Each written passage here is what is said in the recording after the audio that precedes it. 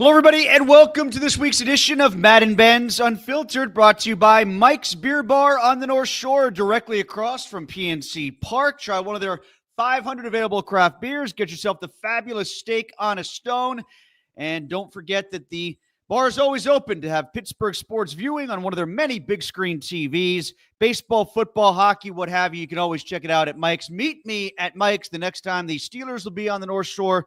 It'll be for a regular season game. Their final preseason contest is on the road on Thursday night against the Carolina Panthers.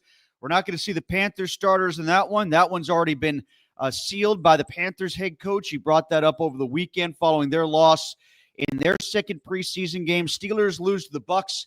So I don't know what anybody's going to be able to glean from that game against the Panthers, Mark. In fact, I don't know what there is really to be gleaned from the Bucs game, to be honest with you.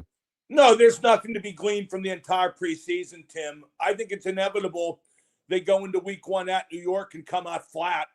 What did that cost them a victory? I don't know. The Jets are pretty bad. Maybe that's what they're counting on, the inferiority of their opponent. But resting all these veterans on both sides of the ball, the object isn't for us to figure out what's going to happen, but it is for them to figure out what's going to happen. And I don't see how they could possibly know. I don't know if they're going to come out flat emotionally, Mark, but I do think they're going to come out disjointed. I do think they're going to come out confused. I do think they're going to come out scattered because it's the first time any of these guys are going to be on the field together, for crying out loud. And I think that particularly applies on defense when Jalen Ramsey is new. He's the most moving of the moving parts. He's going to be all over the place. Every place he goes is an adjustment for him, but also for all of his teammates. And then on offense, of course, you got the quarterback, Aaron Rodgers, first year with the team, first year with the playbook, first year with the personnel, first year with the coordinator, and he's not been out there for one shot fired in anger. I get it. I know why they're doing it. I don't necessarily criticize it. I'm just pointing out the pitfalls potentially. Mark, is there anybody you saw in the first two preseason games that particularly piqued your curiosity in a positive way? Is there anybody you're particularly down on after the first two games? Well, I don't think any of the receivers are stepping up and showing out. I don't think anybody's proven they can be a number two receiver. I know Calvin Austin has been hurt, so like the veterans, we're not getting much of a look at him. But I'm worried about the receiving position. We were talking on the podcast last night that you think they might go out and get somebody. I hope they do. Who there is to go out and get. So I'm worried about the receiving position. And who's looked good? The tackles haven't looked terrible. That's true. I think that's the most we can hope for from them, is not to look terrible. As young guys, I'm not saying they don't have potential. Heck, they're both first rounders. But they need reps, they need snaps, they need to get better. And from what we've seen, perhaps they will. That's a good point. Not one that I've dwelled on a lot in talking about the games because they haven't wrecked drives. And I think at times last year, the tackle play did wreck drives. Oh, and potentially could do so again this year. And it could get Aaron Rodgers hurt too. If it wasn't for the hold-ins and before that, the Watt contract situation, all we would be talking about is the tackles. In fact, all we should be talking about is the tackles. I think that is the most important part, their development of the team, especially in the early going and likely all year. You're going to get X amount from Aaron Rodgers. You're going to get X amount from Jalen Ramsey, all the veterans, but you don't know how those tackles are going to do. You think, like I said, they have pedigree, but you don't know till you see it.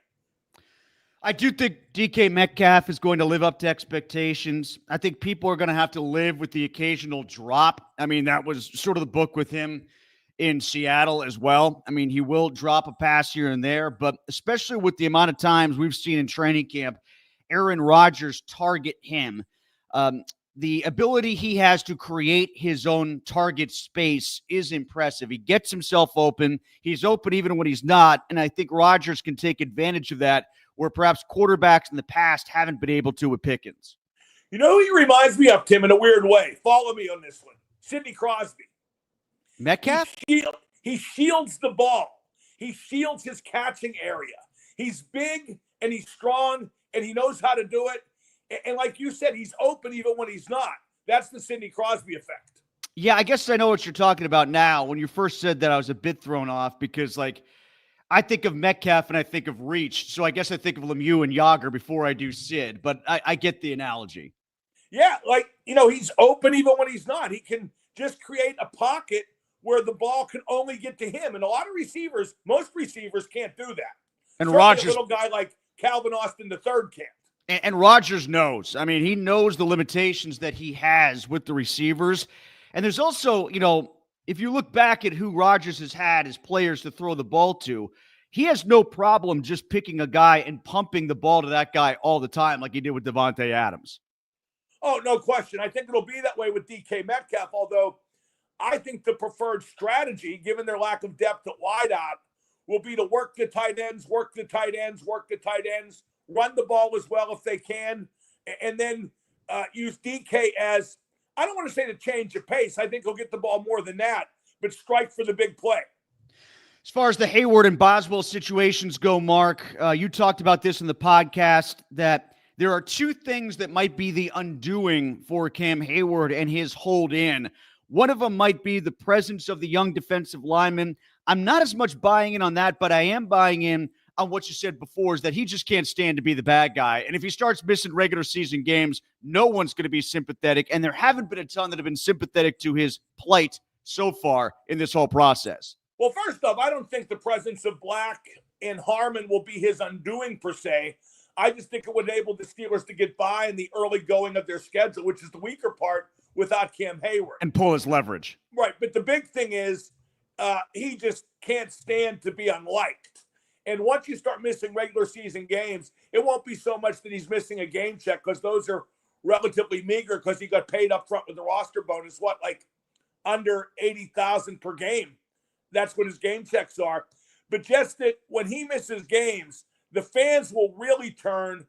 And I even think there'll be some teammates that won't say anything, but there'll be kind of a raised eyebrow in his direction. I don't think he could stand that. Frankly, I don't think he has the guts to sit out games. Well, here's my devil's advocate point of view on it. And, the one thing that I look at and I say, I have a little bit of a jaundiced eye towards how the Steelers are handling this. Boy, they sure do seem to exert their pressure on guys who actually want to be Steelers, and they bend over backwards for guys who are disruptors. Like Melvin Ingram didn't want to be here, got him out. James Harrison didn't want to be here, got him out. Antonio Brown, they just paid him and went against their own credos because they knew he was going to be in a pain in the ass, and they wanted to make sure that he didn't complain too much, so they took care of him. They kind of do it backwards. It's not like they're rewarding the guys that they know are good Steelers, guys that do want to be here. Well, you forgot LeGarrette Blount, Tim, who famously left before a game was over. Yeah, there's another one. Well, no, the problem with the Steelers is they aren't the organization they used to be. They're soft. They either get rid of the guy or give in to the guy, but they never stand up to the guy. Does that make any sense? Yes, they it does. That's what I'm saying. And it's not the way Dan was before he got feeble. Well, really, we talk about the Roonies. When we talk about the Roonies, it's Dan. Art the Chief was a buffoon, had the team, the football ops for how many years, made the playoffs once until, Dan and Art Jr. took over. Art Jr. doesn't get nearly enough credit. He's twice the Rooney Art the second is. But yeah, they never put a player in his place. Not really. All right, so I want to hear from Steelers fans on those topics, especially the Hayward thing. If there's anybody on the Steelers side of this, I've heard very, very few.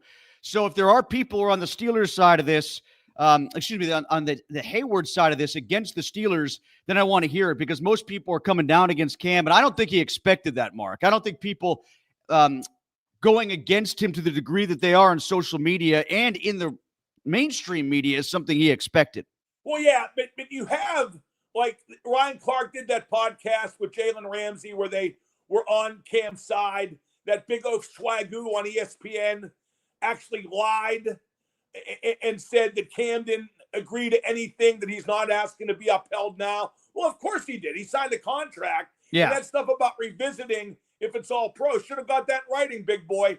So Cam has the approval and the support of all the ex-jocks with microphones. And maybe that's all he feels he needs.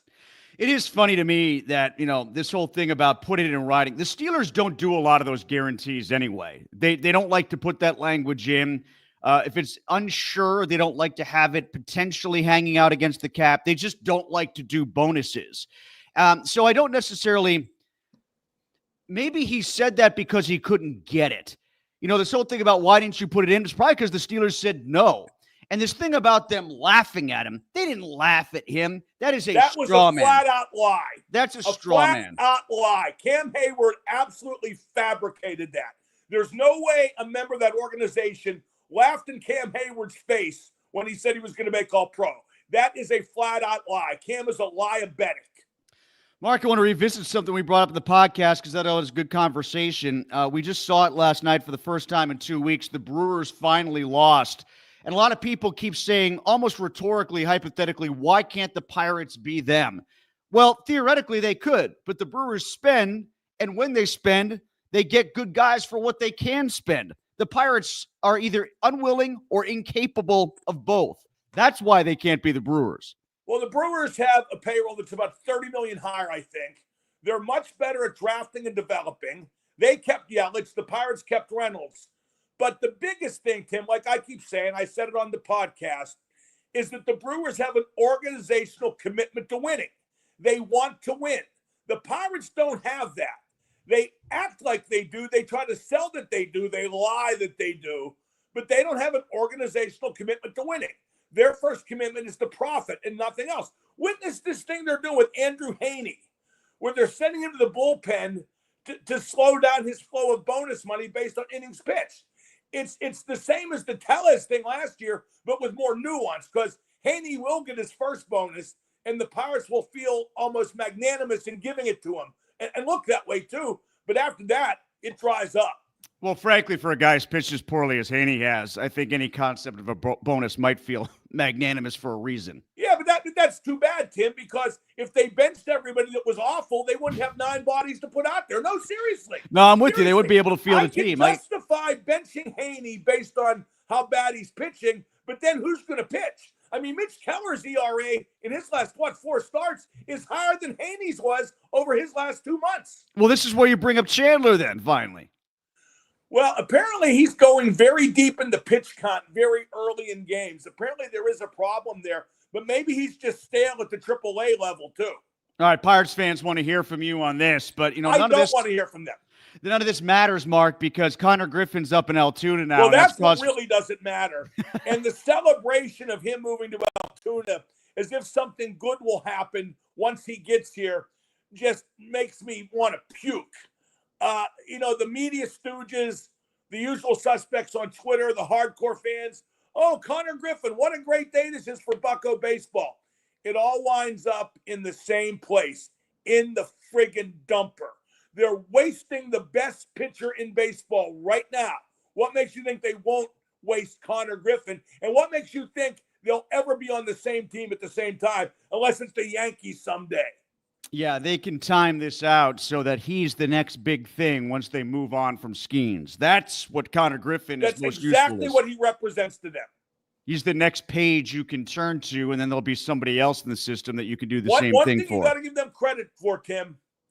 They are very organized and execute properly in only one thing, and that is their crookery. They understand exactly how to keep the swindle looking like it's not a swindle, like better times are just around the corner. And I keep getting this groundswell from people about why can't Major League Baseball do something about Bob Nutting? Because he hasn't broken a rule yet. He hasn't done anything wrong yet that they can do anything to pull the team from him. Tim, only you can prevent forest fires. And by that, I mean stop going. It won't do any good, but if you want to send a message, you're more likely to do so by not going, the general public, the hoi polloi, than Major League Baseball is. But you've said this a million times. Even if people do that, then if ticket revenue goes down, the payroll just goes down further. And the only thing that stops that is a floor, and you don't get a floor without a cap. I think the payroll going down further would be fun. I want an all-time low payroll. So you want the Washington Generals of baseball to play against the Savannah Bananas? I want the Washington Wild Things to play for the Pittsburgh Pirates. An independent league team. Can't tell the difference between the two parks aside from the traffic on I-79. That's why I resent the Connor Griffin thing, Tim, because this just is not going to change ever. And people who trumpet him going to Altoona and his arrival here someday just refuse to acknowledge that it's not going to change ever. Oh, Mark, one thing we didn't talk about from the football game I want to get back to, we missed this on the podcast as well. Man, is that visual of the football just sitting there in the middle of the field with no sticks getting measured weird to watch. And man, do they mangle it at Acrisure Stadium the other night. The video assist or technology-assisted measuring of the ball for a first down. That was a joke. They forced it in to begin with, and they didn't execute it properly. Yeah, but if it's going to get it right, which it will in the long run, there'll be some bugs to work out, but I'm all for it. I mean, the chain gang could have gone on the field and come off the field 4 times before they managed to get that thing to work right. I don't think the Steelers are going to get enough first downs for us to worry about it. And the funny thing was, that they were just looking for an opportunity to test it, because when Mason Rudolph went down, he went down like 1.5 yards before. There was no way that was ever going to be a first down. They just shoehorned it in because there's our opportunity to try it. It was like Willie Mays Hayes. Like, okay, come a little further. And he never even got close. Tim, are you worried the Steelers can't run the ball? Yeah. Because they haven't been able to for the best part of a decade. Our guy Scarps on Twitter, the old Steeler employee, posted some frightening numbers. I don't know what he's posted recently, but they've always been a volume running team. And that's always masked. I shouldn't say always, but during the 8-year stretch without a playoff win, many of those years, if you looked at their running stats, they've been masked by the amount of times they've run, but not the efficiency with which they've run. Well, Tim, as I put on Twitter, we know it's not the coaching's fault. No, it's never Tomlin's fault. And that's the biggest thing, is everybody will try to come up with different ways.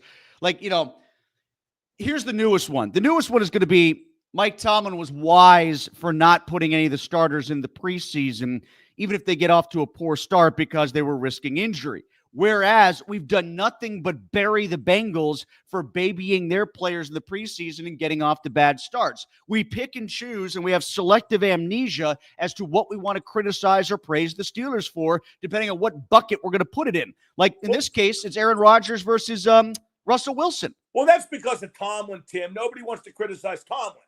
I've thrown a challenge out there to anybody who wants to answer for years, and it's not been answered. Why is he a good coach? Somebody tell me why he's a good coach. And people say, well, he's never had a losing season.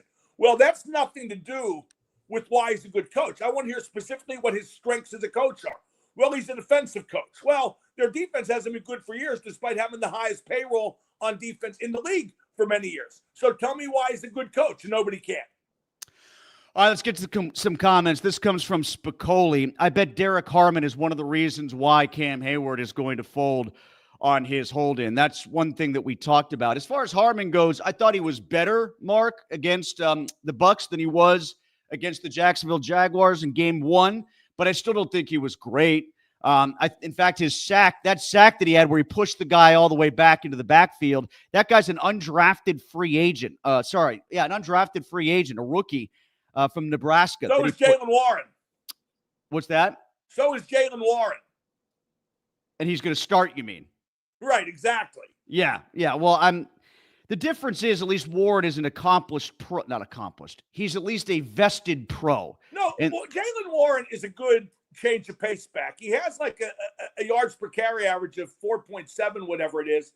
So, it's a third down back, but they got their third down back in Kenneth Gainwell. Jalen Warren is going to live out the Peter principle this year.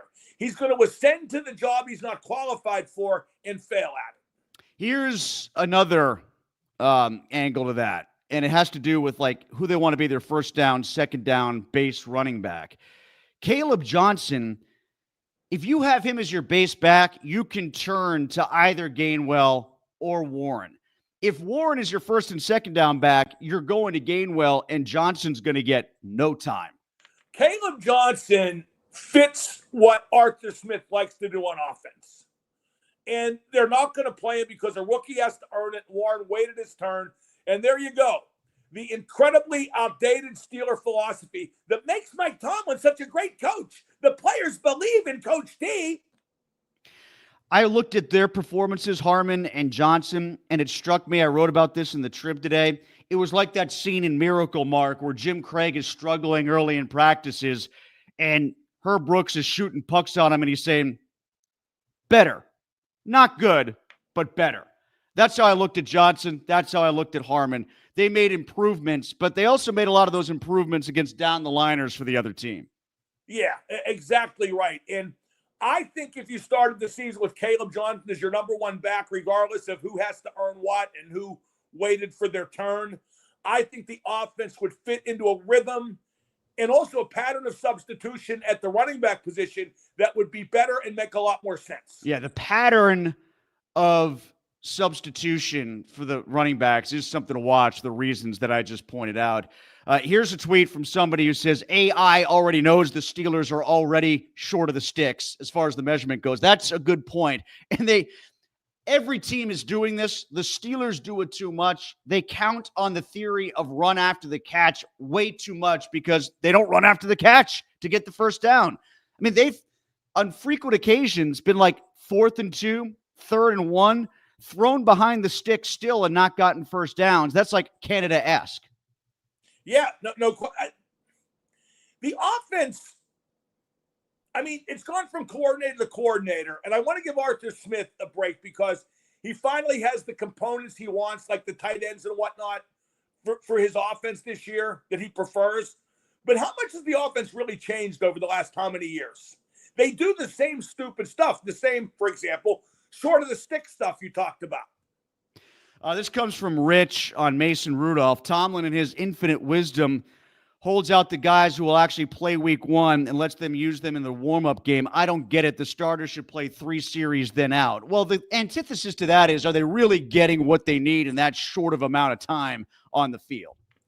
I think 3 series would do a world of good. Yeah. I mean, it wouldn't be the be-all, end-all, but why not? I'll give an example. What if Aaron Rodgers gets hurt on the first play of week 1, which is approximately what happened 2 years ago with the Jets, right? Yes. If they have not played him that first series. I mean, where do you draw the line, to quote Aerosmith? I would be playing these guys, like that guy said, 3 series, a quarter, a half, whatever. I would have done it already. I'd have done it this past Saturday against Tampa Bay. Let me get to one more here. Actually, hold on a second. I'll get to Brian, who says, as long as you Yinzers are mad, then I'm happy. I don't think anybody's mad. I don't know who's mad about any of this. It's the mad preseason. About what? I don't care about it. Like, the preseason doesn't get me mad. I was not one of the people who was booing Mason Rudolph off the field because he was getting snaps in front of Kenny Pickett a couple years ago. And look how that's turned out. See, I don't like to be told I'm mad about this. I'll give an example, Tim. When I was at the Joe Perry Project in Toronto Saturday night with Chris Robinson, the Black Crowes on vocals, doing Aerosmith, Black Crowes, STP, because they're bass players from Stone Temple Pilots, I realized that I would much rather watch that than a Steeler game. You know how I knew that was true? Because I was watching that instead of a Steeler game. So don't tell me I'm mad because, whatever's going on with the Steelers.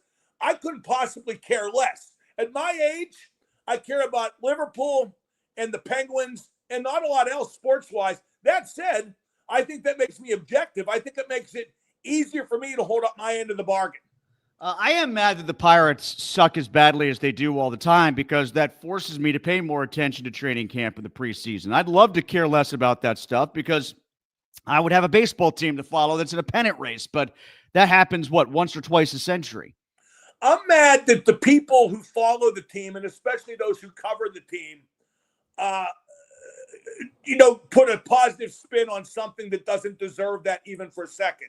And it doesn't deserve it even for a second. As I wrote in my Trib column, Tim, the Pirates shouldn't be covered like a baseball team.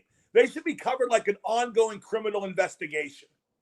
Mark brings up something that we haven't talked about. Andrew McCutcheon said words to the effect of the Pirates need to spend to win. Do you think Kutch will be back or want to be back with the Pirates next year? Yeah, he wants to be back. He wanted to be back here in the first place even when they had no chance to win. If he wants to keep playing, then he's going to want to do it here. He's made that much clear. I'm embarrassed for Kutch. He should be ashamed. He's a mascot. He's part of the con. He can say whatever he wants about they need to spend to win. He is there for the nostalgia bucks, for the merchandise bucks, not because he's a good player, because no other team in MLB would have him. He runs like his ankles are chained together. He hit to a 5 to 4 to 3 double play the other day, Tim. That could have gone 5 to 7 to 8 to 2 to 4 to 3, and they still would have got cuts at first base. He needs to shut up and take his blood money or go home, and I would prefer he go home. It's just embarrassment. Bill says the Penguins aren't going to have a great season, but I'd much rather watch them for two reasons. They commit to winning. The organization has a plan to rebuild. How confident are you in that plan, Mark, the way they're executing it right now? I'd feel more confident if they traded Raquel and or Rust. You hearing anything on that? Nah. I know they hired Susie Cole as the hype girl. Yeah. Replaced Jalen. I like Jalen. I thought he was good hype. But anyway, they need to get a top 5 pick in this next draft. That is absolutely non-negotiable. If they don't, they will have betrayed their rebuilding plan because they have stocked the system now with just about everything you would want to rebuild except a potential star caliber young forward. That's what they need to do this year. Anything else, Tim, making the playoffs would be unacceptable given the situation that team is in with their rebuilding. Unacceptable. They need a top 5 pick more. Where does McGroarty top out at then, in your eyes? Good second liner. Okay, so not somebody that could play with Sid if they were to get good again, if Sid's still here in that time. Well, I mean, you never know. That's my prediction. I think Koivunen is more likely to be a top liner because he's more of a point producer. And he plays that in-close game with Sid pretty well in the limited exposure we got to that combination. So, but they need a star caliber forward. All right, Mark, I want to go back before we close out here to your concert that you talked about. So what sounded better, Chris Robinson singing the Black Crowes or him singing Aerosmith songs? Well, I mean, obviously there's a familiarity there with him singing Black Crowes. They only did 2 songs, Jealous Again, and what's the other hit? Which one? Something from Shake Your Moneymaker? Yeah, it was early. It wasn't hard to handle. But you know, he was great on the Aerosmith. He was great on everything. It was just a great rock and roll show. Very good. And Brad Whitford, the other Aerosmith, boy, I feel guilty already for saying that. He is, Brad and Joe Perry are the best 1-2 guitar punch, maybe in rock history, or at least this side of Richards and Wood or Richards and Taylor, the various Stones combinations, Richards and Jones. But yeah, it was just a great rock show. If Aerosmith doesn't come back, and who knows, I would feel content watching that band, the Joe Perry Project, play for years until I die. I could kind of see Robinson pulling off the Aerosmith tunes. How about the Stone Temple Pilots ones? How do those go over? You said they did Vaseline, True to Form, which was real good.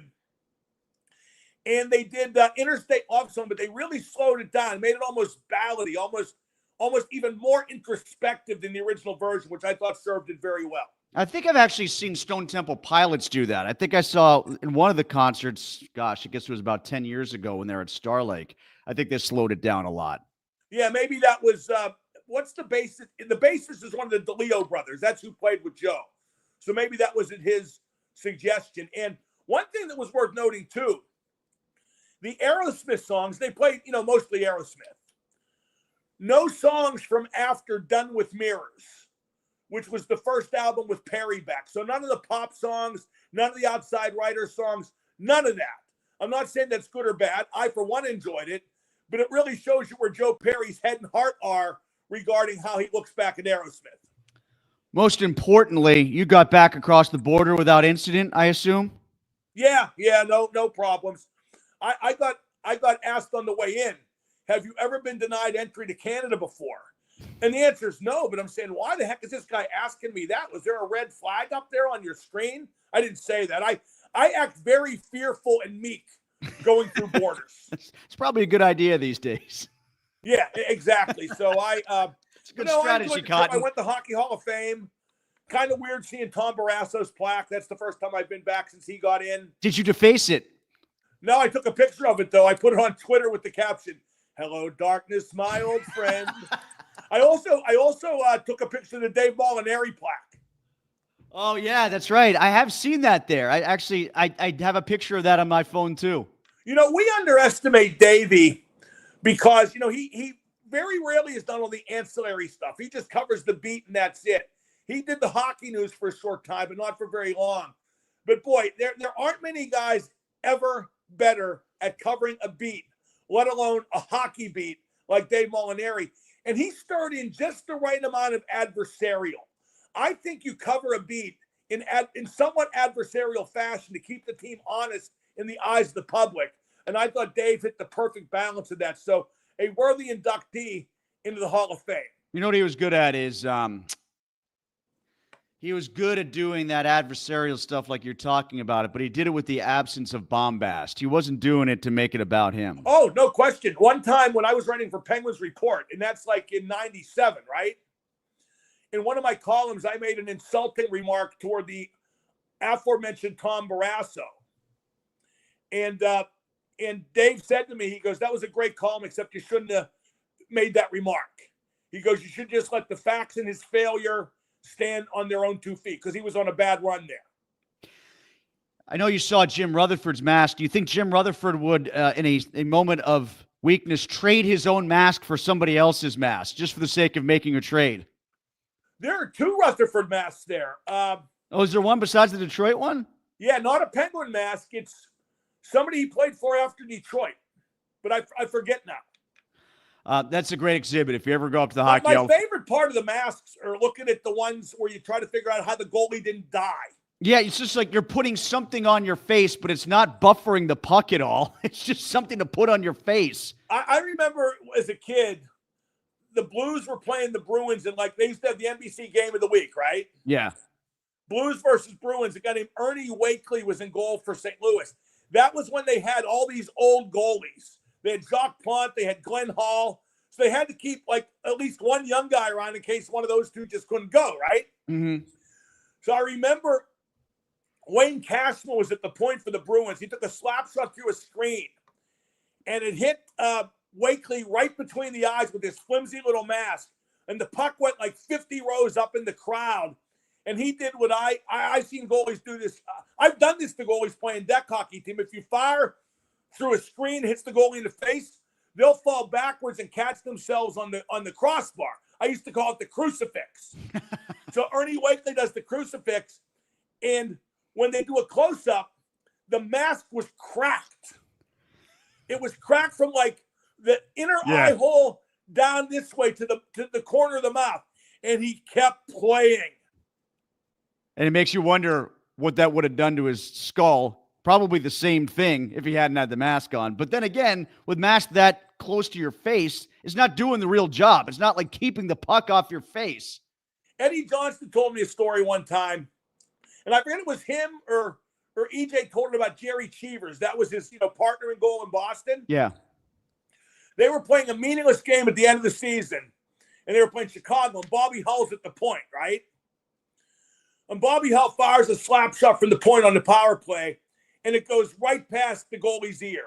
I'm going to say EJ because I think that's how I remember, right? Goes right past the goalie's ear, hits the glass, falls down. They pass it back to the other point. Bill White passes it over to Bobby Hull again. Another shot goes right past the other ear. Puck drops behind the net. Hawks get it around to Bill White, back to Bobby Hull. Bobby Hull lines up. EJ skates to the corner and goes, go ahead and take it. And Bobby Hull double clutch just rolled it in net. EJ goes, they were in first in their division. We were in first in our division. It just wasn't worth it. All right, that'll do it for us. Mark is back Tuesday. I'm in for Mark today. You can check us out on the podcast that's posted on the Trib Sports page on Breakfast with Ben. So listen to that there. We'll replay part of it during Mark's show later on today. I'm on 3 to 6 for Mark at 105.9 The X, and I'll be back with Mike DeCourcy here on Friday. We'll be doing the post-game edition of the Friday football show because the game itself is on Thursday against the Carolina Panthers. We're brought to you by Mike's Beer Bar on the North Shore. Meet me at Mike's.